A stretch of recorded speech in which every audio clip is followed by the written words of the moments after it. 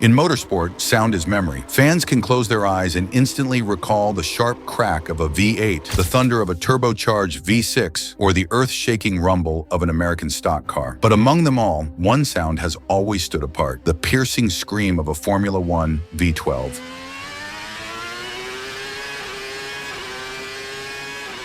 For decades, the V12 represented the height of sophistication in racing. It wasn't just another engine layout, it was a statement of prestige. 12 cylinders meant smooth power delivery, exotic engineering, and performance at the bleeding edge. From Ferrari's domination in the 1950s to Matra's World Championship with Jackie Stewart in 1969, the V12 carried with it an aura of romance and danger. By the time the 1980s rolled in, the V12 was less common, overshadowed by the turbocharged monsters that ruled Formula One. Yet in the background, Ferrari never let go of its love affair with the 12-cylinder configuration. For Enzo Ferrari himself, the V12 was not just an engineering choice, it was a philosophy. And when Formula One began to pivot away from turbos at the end of the decade, Ferrari saw its chance to bring the legend roaring back.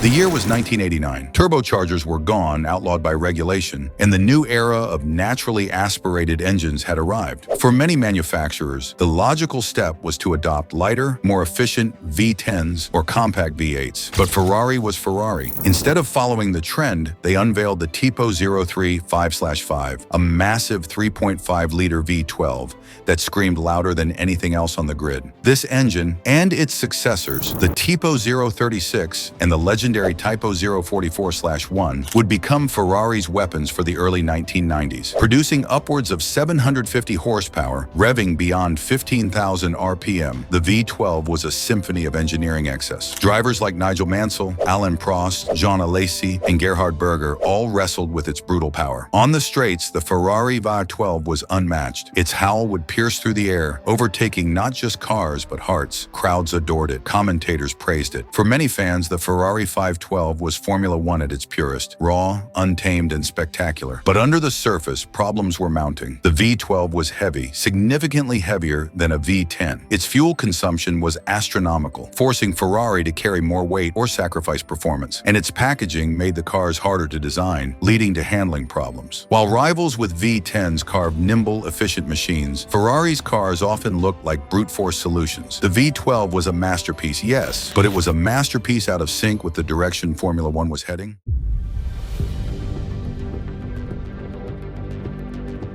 Here lies the darker side of the story. Formula One has always been expensive, but the Ferrari 512 escalated the arms race to dangerous levels. Once Ferrari committed to the 12-cylinder layout, other manufacturers felt the pressure to follow. Honda developed their own 3.5-liter V12 for McLaren. Lamborghini entered the sport with a V12 that, while unreliable, was stunningly ambitious. Even Yamaha got involved, producing their own take on the 12-cylinder dream. The result? A spending war. Teams poured millions into development just to keep pace. Smaller privateer outfits, so common in earlier decades, were left with no chance. The gap between the haves and the have-nots widened dramatically. Formula One was becoming less of a sport and more of a technological arms race dominated by manufacturers with near-limitless budgets. Fuel regulations only made matters worse. With strict limits, V12 engines were constantly on the edge of running out of gas. Teams had to detune performance or risk their drivers coasting to a halt before the checkered flag. What had once been sold as the pinnacle of innovation was turning into a nightmare of inefficiency. The dream of the V12 was morphing into a dangerous reality, one that threatened the financial and competitive balance of Formula One itself.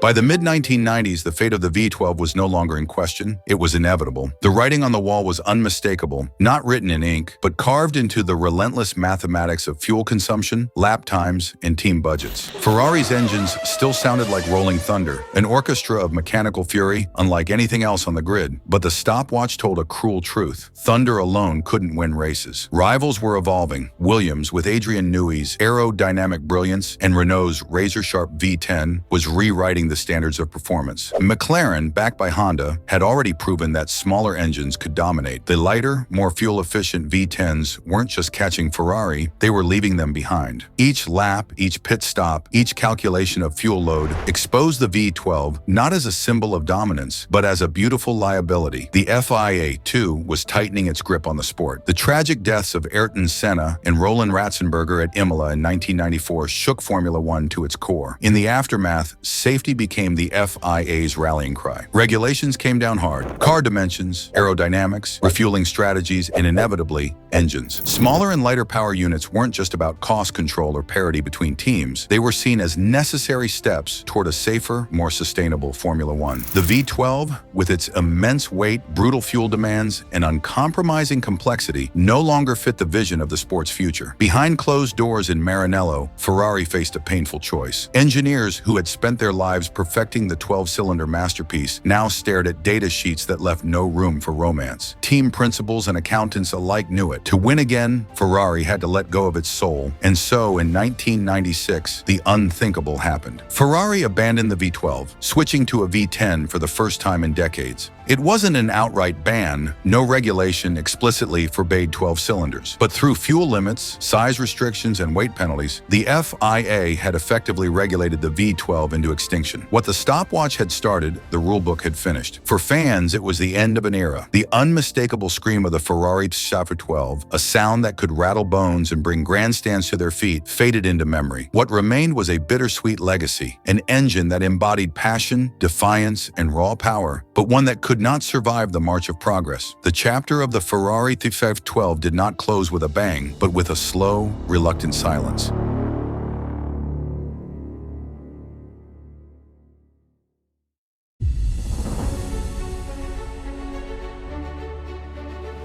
Today, the Ferrari V12 of the early 1990s is remembered with awe. Fans still share videos of its scream reverberating through Monza, Imola, and Suzuka. The sound alone is enough to raise goosebumps. For many, it remains the purest expression of what Formula One should be: loud, visceral, and unapologetically dramatic. But history demands honesty. The V12 nearly destroyed Formula One, not by accident, but by unsustainable ambition. Its costs drove smaller teams out. Its inefficiencies forced regulators to intervene. And its presence pressured manufacturers into a technological arms race that the sport just could not afford. Yet paradoxically, its failure is what gives it immortality. The Ferrari 512 embodies everything fans love about Formula One: the beauty of excess, the thrill of risk, the romance of chasing perfection, even when logic says otherwise. It is both a cautionary tale and a cherished memory. Drivers who sat behind it describe it as a double-edged sword. Jean Alesi called it exhilarating but exhausting. Gerhard Berger admitted that the car was often a nightmare to control, but unforgettable to drive. To them, the V12 wasn't just an engine. It was an experience, a force of nature that tested the limits of man and machine. And so, its legacy endures. Not as a champion of efficiency or dominance, but as a reminder that Formula One has always danced on the edge between brilliance and catastrophe. The V12 was too loud, too heavy, too thirsty, and far too beautiful to last. When we hear it today, we don't just hear an engine. We hear the sound of an era when passion triumphed over pragmatism, if only for a moment. We hear the ghost of a time when Ferrari refused to follow, even if it meant failure. And we hear the warning that echoes through every generation of motorsport: innovation must be balanced with survival. The Ferrari V12 wasn't silenced by defeat, it was silenced by reality. And that is why its roar still haunts Formula One, not as a relic of the past, but as a legend of what happens when brilliance dares to go too far.